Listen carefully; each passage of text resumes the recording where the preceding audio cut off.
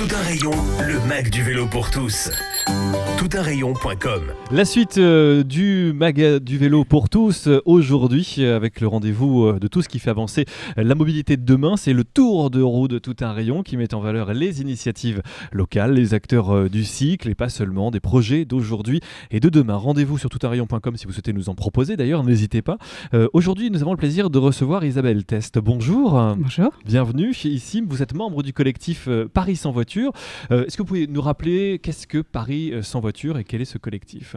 En fait, Paris sans voiture, c'est un regroupement de différents individus qui sont concernés par un Paris autrement. Donc, en fait, on oublie un petit peu chacun sa fonction professionnelle et on essaye de réfléchir ensemble à d'autres modes, d'abord des modes d'action pour essayer de faire bouger les choses et puis d'autres façons de se déplacer, d'autres façons de se faire voir, de se faire connaître. Qu'est-ce que ça change l'existence de Paris sans voiture à Paris ? Qu'est-ce que ça change l'existence de Paris sans voiture ? Qu'est-ce que vous changez changez du coup dans la capitale ? On n'a pas changé grand-chose cette année, on était un petit peu déçus.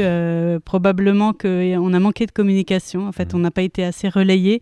Je pense qu'il n'y a pas eu assez de préparation de l'événement, les gens ont été pris de court, étaient mal informés. Bon, ça c'était pas de notre fait, nous on est juste un collectif. En fait on est un petit peu là pour chatouiller les esprits. La mairie a probablement... pas assez relayer l'information. Donc, on va essayer de réfléchir avec nos interlocuteurs pour préparer mieux le terrain, pour avoir un peu plus l'adhésion des automobilistes, parce qu'en fait, là, franchement, ils n'ont pas joué le jeu. Les deux roues ont été assez brutaux.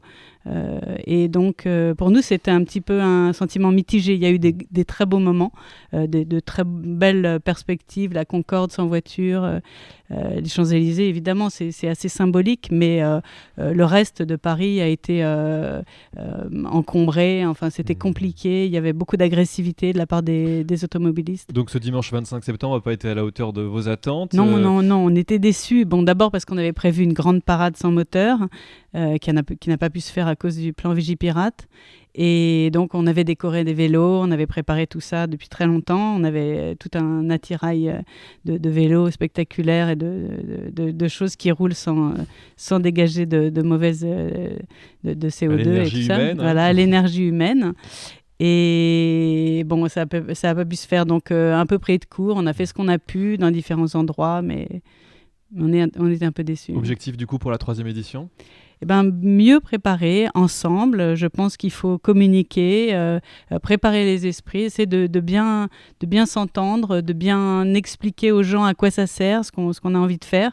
C'est vraiment du positif en fait. C'est essayer on respire tous le même air, donc ça serait bien qu'on se sente tous concernés. Et en fait, on a vraiment l'impression qu'il y avait deux mondes étanches qui n'arrivaient pas à communiquer ce jour-là. C'est ça qui était un petit peu triste en fait. Pour aller plus loin peut-être dans le Paris sans voiture, parce qu'on va pas l'arrêter quand même à une journée tant qu'à faire. Est-ce que la politique de Paris, certaines piétonisations temporaires ou plus ou moins durables, vont dans le bon sens de ce que vous attendez ? Une journée des Champs-Élysées piétons, une fois par mois dans l'extension Je trouve ça formidable. Paris-Aspire. Tout ce qui va dans ce sens-là, bien sûr, c'est bon à prendre. C'est motivant pour nous. On est très heureux d'avoir tous ces signaux positifs, évidemment. Votre Paris rêvé, il ressemblerait à quoi, pour terminer ? Un Paris avec moins de voitures. Je ne veux pas les éradiquer. Moi, je ne suis pas contre les voitures. Les voitures, je m'en sers de temps en temps. J'en ai pas, évidemment, mais je suis bien contente d'en trouver quand c'est indispensable. Il faut vivre avec son temps. Mais c'est vrai que je trouve cet air irrespirable et je trouve ça bien dommage que les gens ne sachent pas faire autrement, en fait. Et c'est vrai, tout ce que vous avez dit, c'est très, très important. En fait, on échange plus quand on est sur un vélo que quand on est enfermé dans une voiture.